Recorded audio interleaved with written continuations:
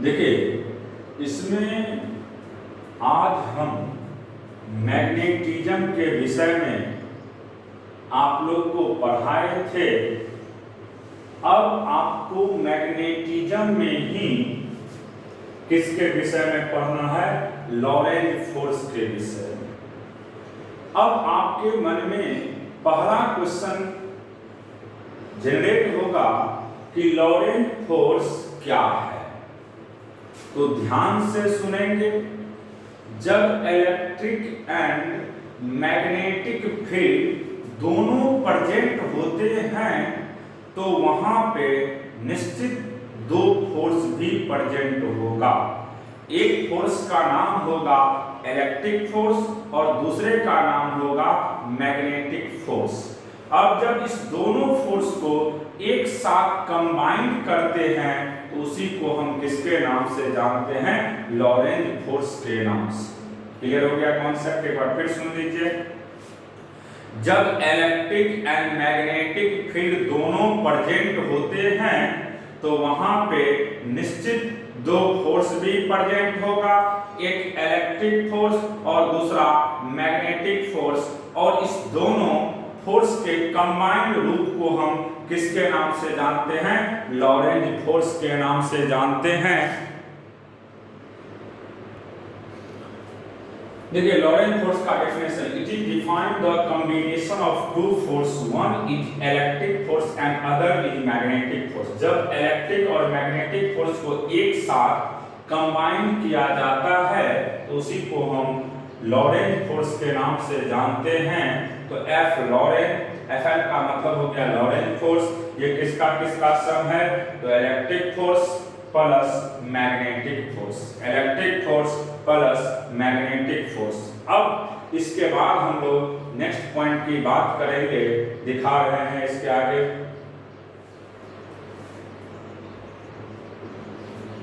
देखिए, यहाँ पे लॉरेंज फोर्स की बात कर रहे थे।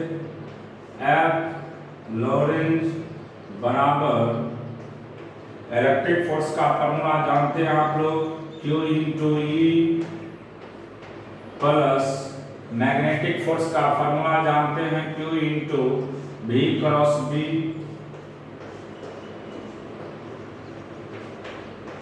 यहाँ पे आप Q को कॉमन भी ले सकते हैं। तो लॉरेंज फोर्स का कोई फॉर्मूला पूछेगा तो सिंपल याद रखिएगा Q E plus Q into V cross B। अब एक एक करके आप लोग को हम इसी में आगे समझाने वाले हैं कि कैसे क्या होता है। जैसे आप जानते हैं इलेक्ट्रिक फोर्स के विषय में कि देखिए, ये अगर इलेक्ट्रिक फील्ड है, ये एक इलेक्ट्रिक फील्ड है। अगर इसमें कोई चार्ज पार्टिकल है जिसका चार्ज Q है, मास M है, तो यहाँ पे निश्चित एक फोर्स लगता है और उसी को हम कौन सा फोर्स कहते हैं? इलेक्ट्रिक फोर्स कहते हैं। देख रहे हैं आप लोग। तो यहाँ पे अगर हम बात करते हैं इलेक्ट्रिक फोर्स का, तो देखिए इलेक्ट्रिक फोर्स का सिंपल वैल्यू होगा, इलेक्ट्रिक फोर्स का वैल्यू होगा Q इंटू ई। तो सिंपल याद रखिएगा, जब इलेक्ट्रिक फील्ड प्रेजेंट होते हैं और किसी भी पॉजिटिव चार्ज की बात करते हैं और पॉजिटिव चार्ज का डायरेक्शन भी इलेक्ट्रिक फील्ड के डायरेक्शन में होता है, उस फोर्स का डायरेक्शन, इसीलिए हम इलेक्ट्रिक फोर्स का वैल्यू लिखे हैं Q इंटू ई, Q इंटू ई। फिर बात करते हैं हम लोग मैग्नेटिक के विषय में। ये हो गया इलेक्ट्रिक का। अब बात करते हैं मैग्नेटिक फील्ड के विषय में। तो देखिए, ये हो गया आपका, मान लीजिए मैग्नेटिक फील्ड। ये मैग्नेटिक फील्ड हो गया, यूनिफॉर्म मैग्नेटिक फील्ड होना चाहिए।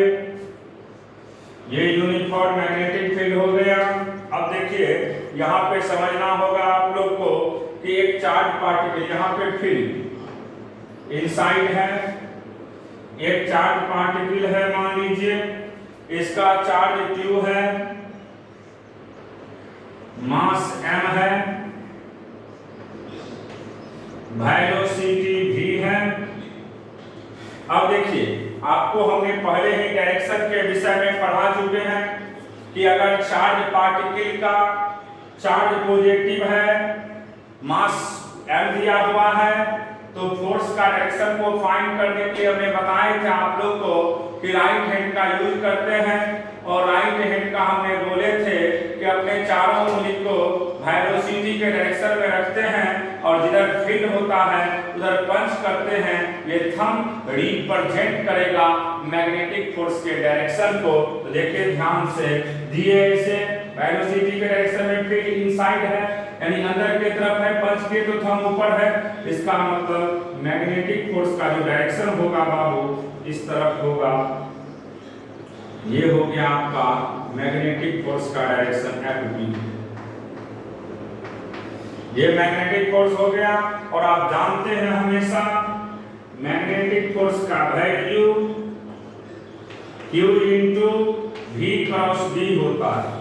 Q into V cross B होता है। ये किसका वैल्यू हो गया? मैग्नेटिक फोर्स का।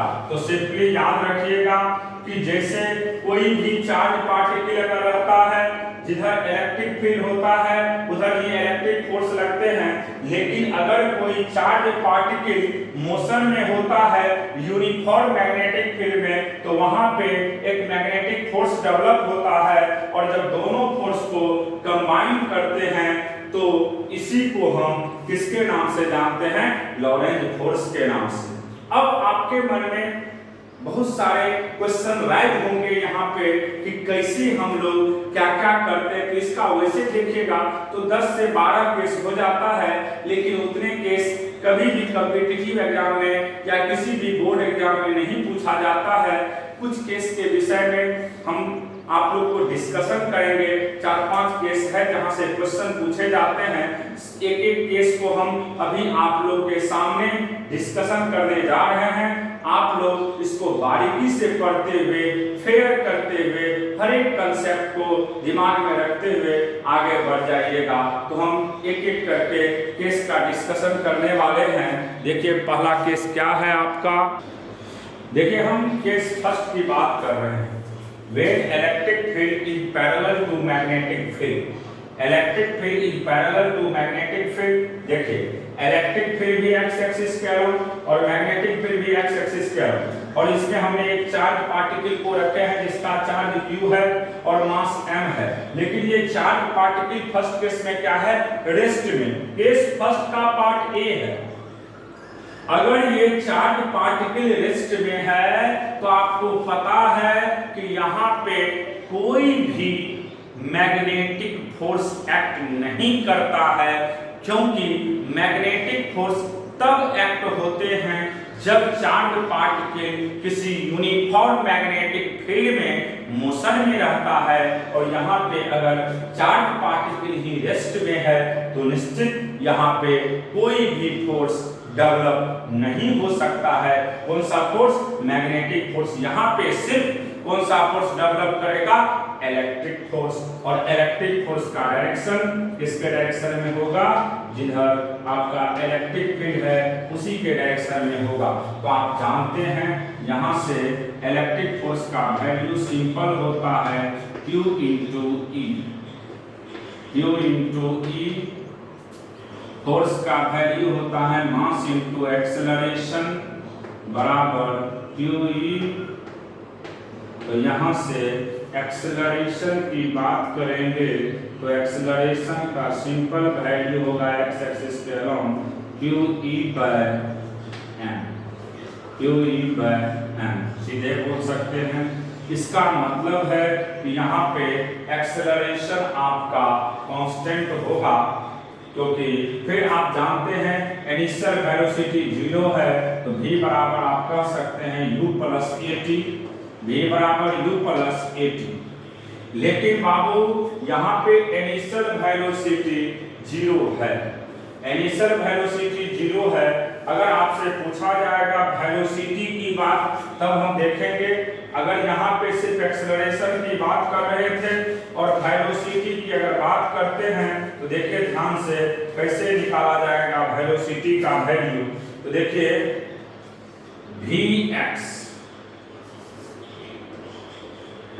Vx का वैल्यू होगा ux प्लस axt।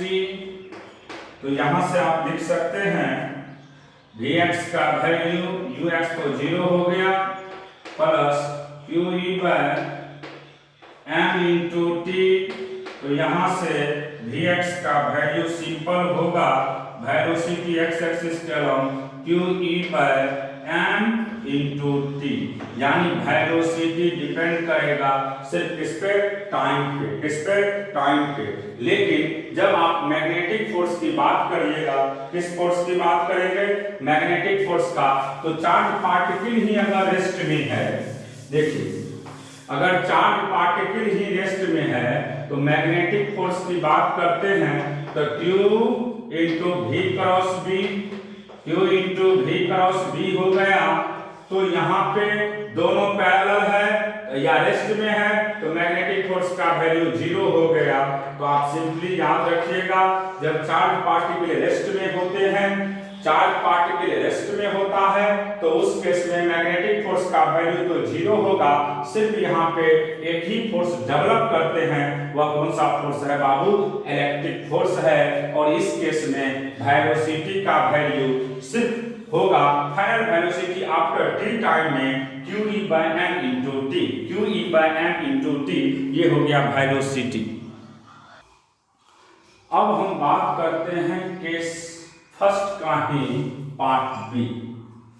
इस केस में भी इलेक्ट्रिक और मैग्नेटिक फील्ड पैरेलल है, लेकिन यहाँ पे जो चार्ज पार्टिकल दिए हुए हैं उसका चार्ज Q है, मास m है, लेकिन वह x एक्सिस पे v नॉट वेलोसिटी से मोशन कर रहा है। तो देखिए सबसे पहले हम बात करेंगे इलेक्ट्रिक फोर्स का। तो इलेक्ट्रिक फोर्स का तो सिंपल वैल्यू होगा Q इंटू ई, Q इंटू ई फोर्स का वैल्यू मास इंटू एक्सेलरेशन, तो ये हो जाएगा QE। तो एक्सेलरेशन का सिंपल वैल्यू होगा QE बाय m। एक्सेलरेशन आपके पास निकल गया है। अब इसके बाद देखिए Vx की बात करते हैं वेलोसिटी का, तो Ux प्लस AXT। तो Ux की बात करेंगे तो Ux का value v naught plus QE by m into t, QE by m into t, ये हो गया आपका वेलोसिटी का वैल्यू किस एक्सिस के अलोंग, x एक्सिस के अलोंग। उसके बाद हम बात करते हैं मैग्नेटिक फोर्स का।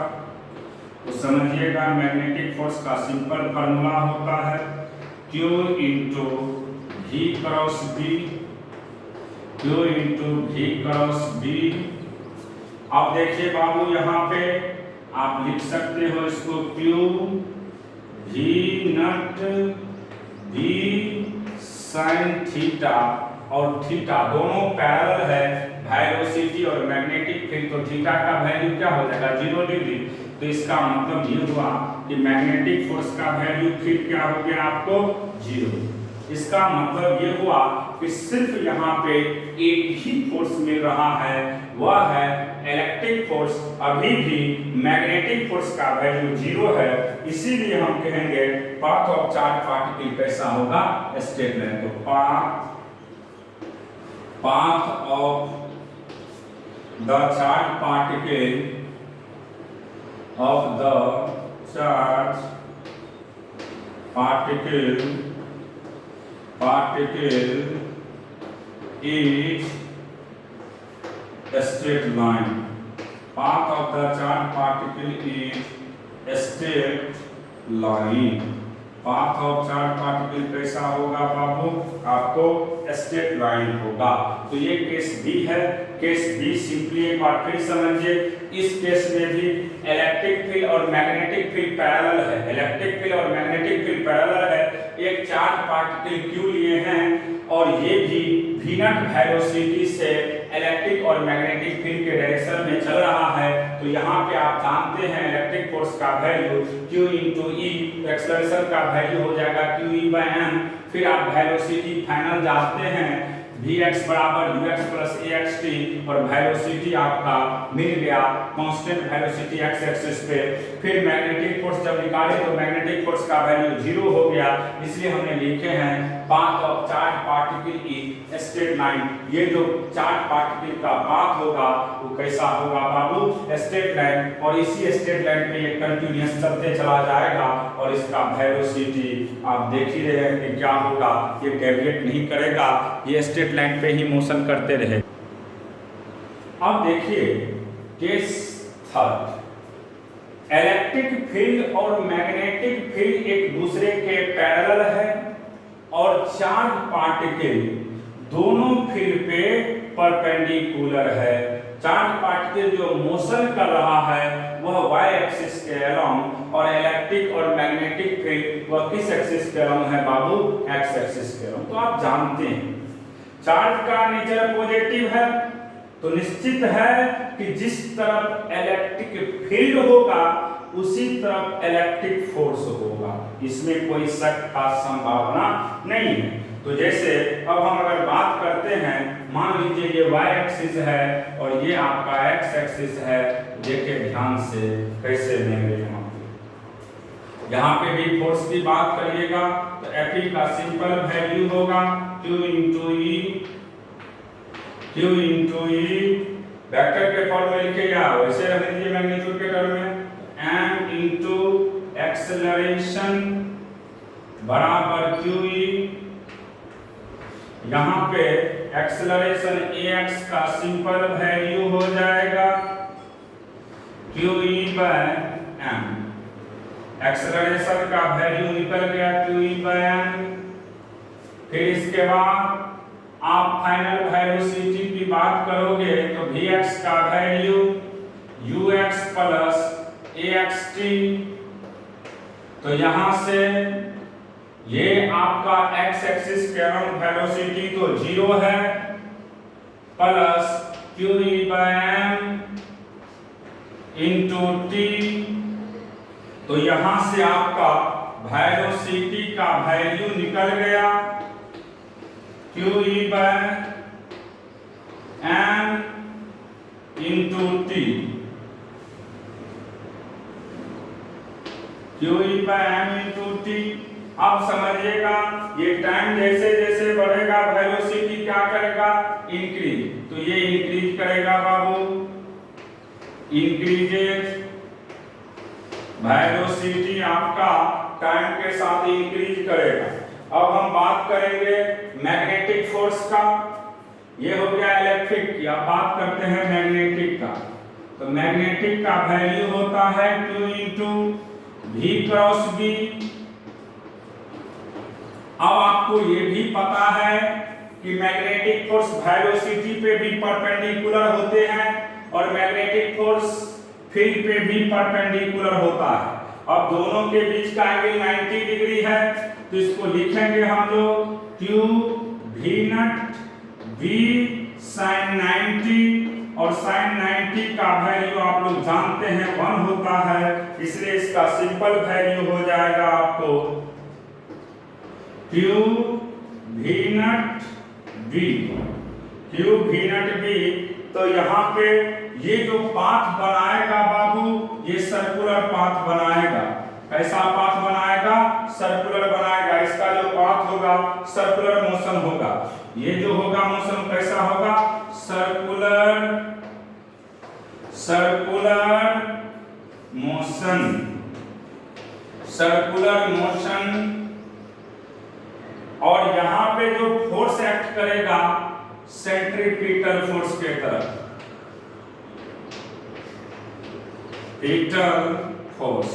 ये जो मोशन होगा वह सर्कुलर होगा और ये सर्कुलर मोशन किसके जैसे काम करेगा, सेंट्रीपिटल फोर्स के तरह। अब देखिए यहाँ पे ये समझना होगा कि क्या इसका पिच जो है ये सर्कुलर तो होगा, इसमें कोई संभावना नहीं है, कोई शक का गुंजाइश नहीं है।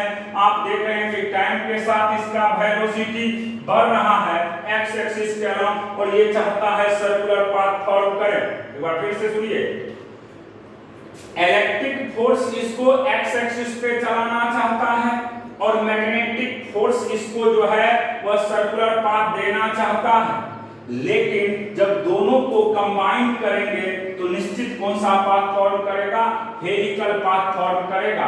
और आप यहाँ पे ये भी देख रहे हैं कि टाइम के साथ इसका वेलोसिटी बढ़ रहा है तो पाथ भी इसका निश्चित टाइम के साथ बढ़ेगा। तो देखिए कैसा इसका पाथ होगा, एक बार समझिएगा ध्यान से, क्योंकि दोनों का कंबाइंड रूप की बात कर रहे हैं। जब दोनों को कंबाइन करेंगे तो निश्चित है इसका पाथ हेलिकल टाइप का होगा और यहाँ पे जब हेलिकल होगा, लेकिन यहाँ पे आपका पिच का वैल्यू हमेशा किस तरह से होगा दिखाते हैं। देखिए यही हेलिकल होगा, इस टाइप का पाथ फॉर्म करेगा।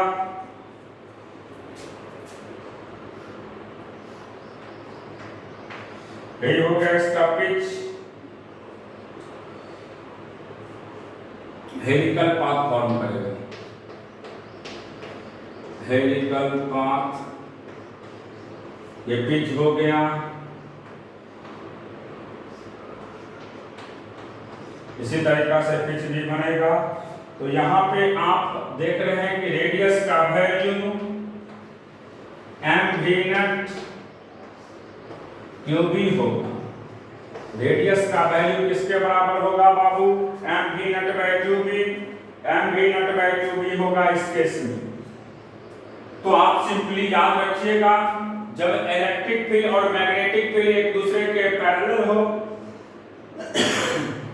और वेलोसिटी जब फील्ड के परपेंडिकुलर होते हैं तो इलेक्ट्रिक फोर्स चाहता है इसको एक्स एक्सिस पे चलाना और मैग्नेटिक फोर्स चाहता है सर्कुलर पाथ पे चलाना। जब दोनों को कंबाइन करते हैं तो उसका पाथ कैसा हो जाता है, हेलिकल हो जाता है। उसका पाथ कैसा होता है, हेलिकल होता है, जिसको अभी हमने आप लोग को दिखा चुके हैं कि कैसे हेलिकल। देखिए इसमें ये तो तय है कि इसका पाथ हेलिकल पाथ फॉर्म करेगा, लेकिन क्या हेलिकल पाथ का जो पिच है, इसको पिच कहते हैं, आपको पता है, इसको पिच कहते हैं। तो क्या पिच इसका कांस्टेंट होगा कि वेरिएबल? ये क्वेश्चन अगर बहुत हार्ड करता है तो पूछ देता है। देखिए एक्स एक्सिस का वेलोसिटी टाइम टू टाइम क्या हो रहा है, इंक्रीज कर रहा है। Time to time x axis का वेलोसिटी इंक्रीज कर रहा है तो निश्चित है इसका पिच भी क्या करेगा, इंक्रीज करेगा। तो ये पिच आपका P1 हो गया, ये पिच आपका P2 हो गया और ये पिच आपका P3 हो गया। तो निश्चित है यहां से कोई भी देखेगा तो जरूर कहेगा यहाँ पे P3 का वैल्यू बड़ा होगा, P2 से बड़ा होगा P1 से, इसीलिए हम लोग कहेंगे पिच कैसा होगा, पिच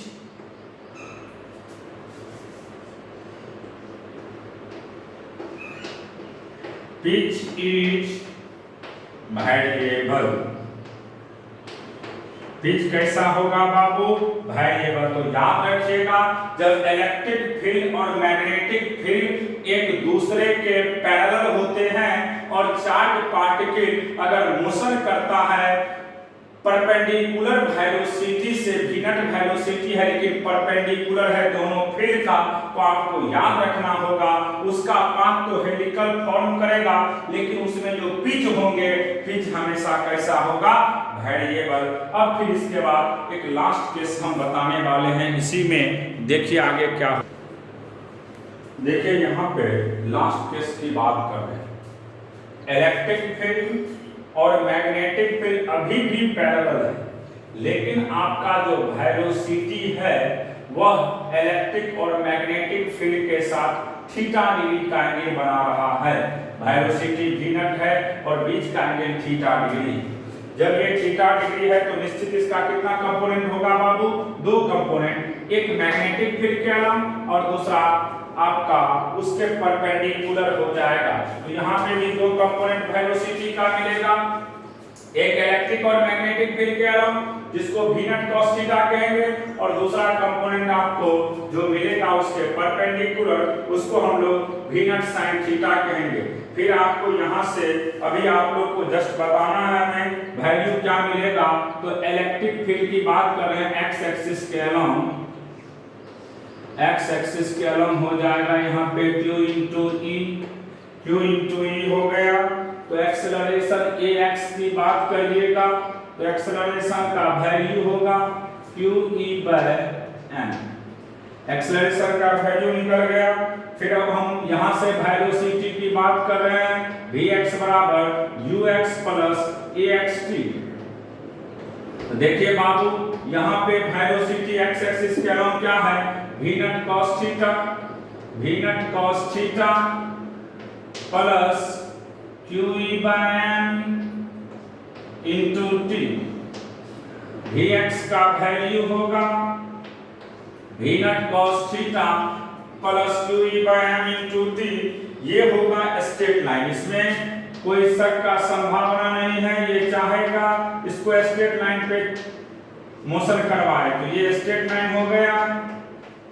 अब हम बात करते हैं फिर मैग्नेटिक फोर्स का। तो मैग्नेटिक फोर्स की जब बात करिएगा बाबू तो ये तो आप जानते ही हैं, qVB sin थीटा होगा, qVB sin थीटा। तो यहां से वेलोसिटी v नॉट है तो q v not b sin theta. ये कैसा पाथ बनाना चाहेगा?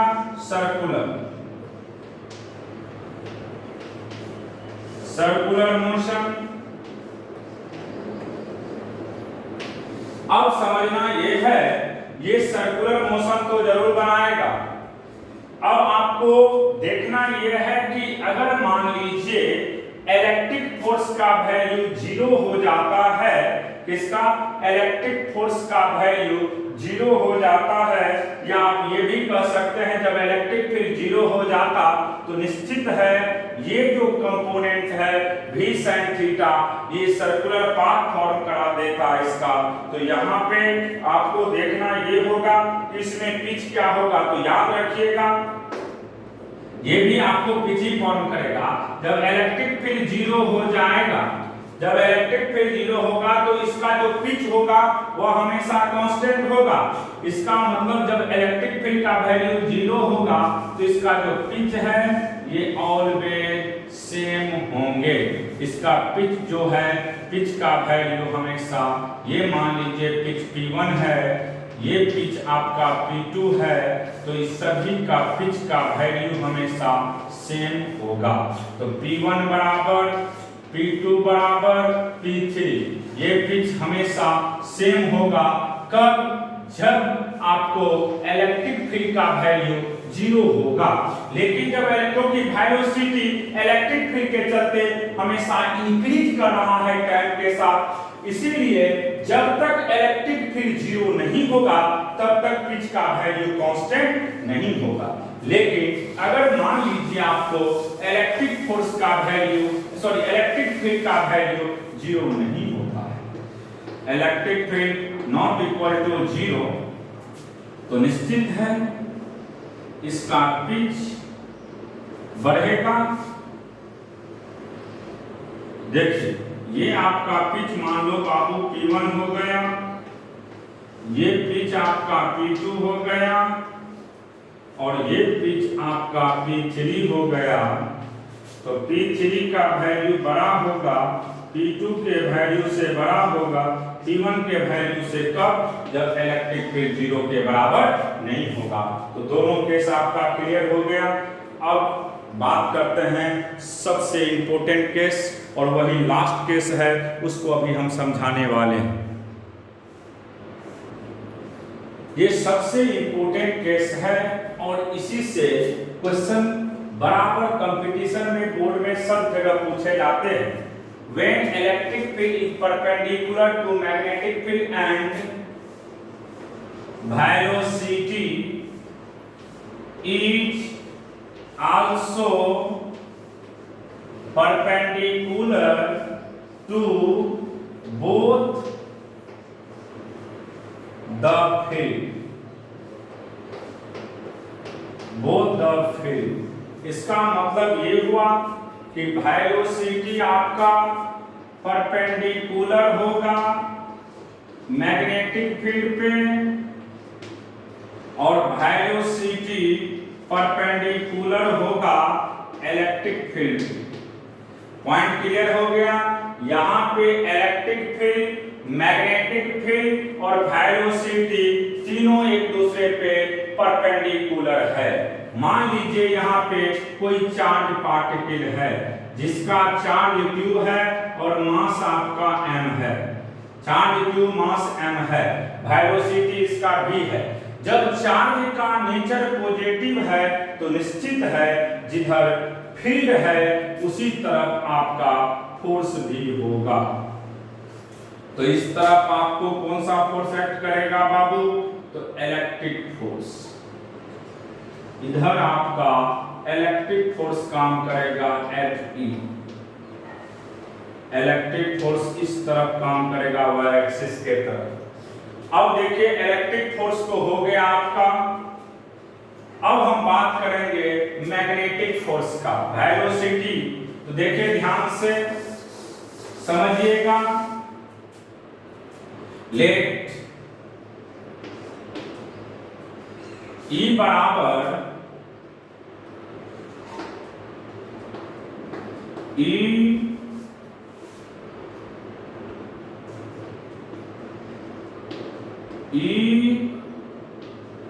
जे कैप V बराबर V आई कैप,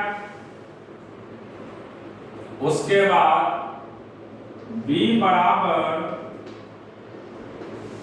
B के कैप। अब देखिए हम बात करते हैं लॉरेंट फोर्स का। जब लॉरेंट फोर्स की बात करते हैं बाबू, F है Q, आप लिख दीजिए पहले electric force plus magnetic force. Electric force का वैल्यू होगा Q इंटू E, लेकिन किस एक्सिस के लंब बाबू?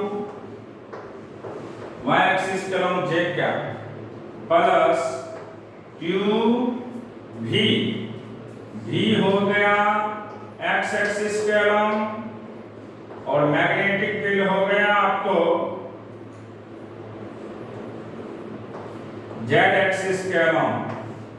तो देखिए आपके पास लॉरेंट फोर्स का वैल्यू हो गया electric force plus magnetic force. तो इलेक्ट्रिक फोर्स y एक्सिस के लंब Q E J कैप और इसका value Q into V I cap plus B K cap. तो यहां से आप लिख सकते थे इसको Q E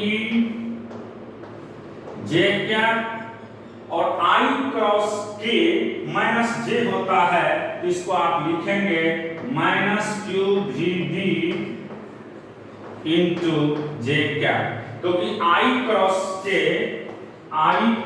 K का वैल्यू हमेशा माइनस J कैप होता है। इसीलिए यहां पे हम इसको लिख सकते हैं QEJ माइनस QVBJ। अब समझना ये होगा कि अगर यहां पे तो ये क्लियर हो गया कि मैग्नेटिक फोर्स का डायरेक्शन इलेक्ट्रिक फोर्स के डायरेक्शन का जस्ट किधर होगा? अपोजिट। अगर इलेक्ट्रिक फोर्स ऊपर है तो मैग्नेटिक फोर्स नीचे होगा। अगर मान लीजिए दोनों का मैग्नीट्यूड, किसका मैग्नीट्यूड? तो इलेक्ट्रिक फोर्स का मैग्नीट्यूड और मैग्नेटिक फोर्स का मैग्नीट्यूड दोनों का सेम हो जाए। मैग्नीट्यूड सेम है डायरेक्शन एक दूसरे का अपोजिट है तो निश्चित यहाँ पे आप कह सकते हैं कि नेट फोर्स का वैल्यू यानी लॉरेंट फोर्स का वैल्यू किसके बराबर होगा बाबू? 0 के बराबर। तो लिख भी देते हैं लैंग्वेज में यहाँ पे, जब इलेक्ट्रिक फोर्स का magnitude and if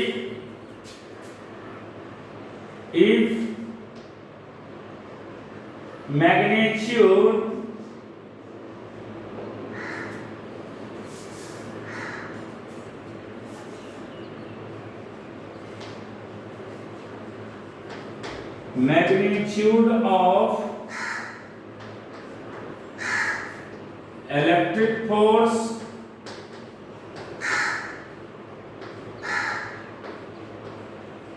and magnetic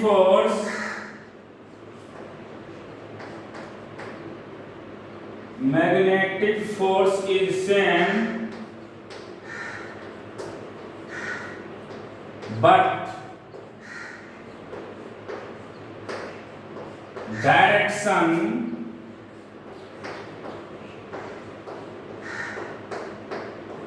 are opposite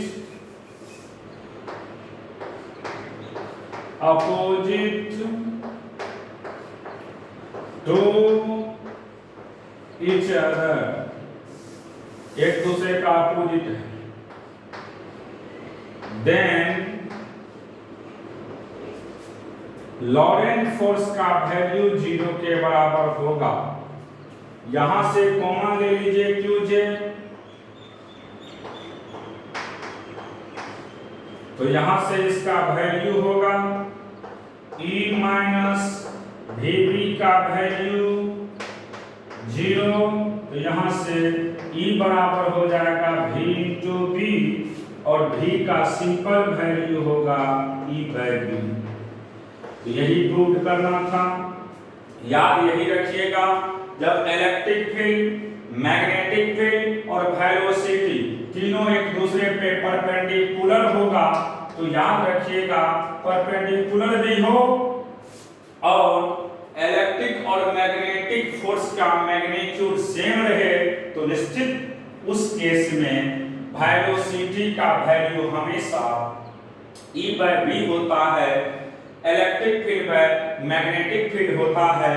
इसी पे एक क्वेश्चन आपको एनसीईआरटी के बुक में दिए हुए हैं, आप लोग सभी उस क्वेश्चन को सॉल्व कर लीजिएगा। यही सबसे इम्पोर्टेंट केस है।